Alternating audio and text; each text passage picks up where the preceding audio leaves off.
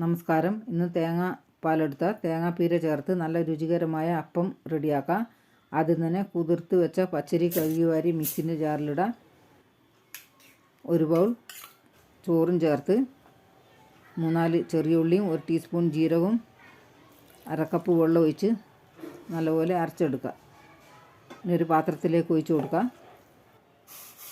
തിളച്ച വെള്ളം ഒഴിച്ച് കൊടുക്കണം, അപ്പം സോഫ്റ്റ് ആകാൻ വേണ്ടി. ഞാൻ തേങ്ങാപ്പീര ചേർത്ത് കൊടുക്കുക. കോക്കനട്ട് പൗഡർ ആവശ്യത്തിന് ഉപ്പും ചേർത്ത് മിക്സ് ചെയ്യുക.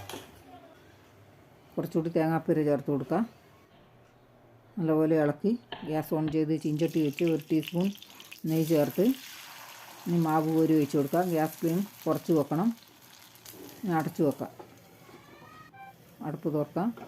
അപ്പം ഒരു ഭാഗം വെന്തിട്ടുണ്ട്, തിരിച്ചിട്ട് കൊടുക്കുക. നല്ല മണമാണ് ഈ അപ്പത്തിന്, അതുപോലെ നല്ല രുചിയുമാണ്.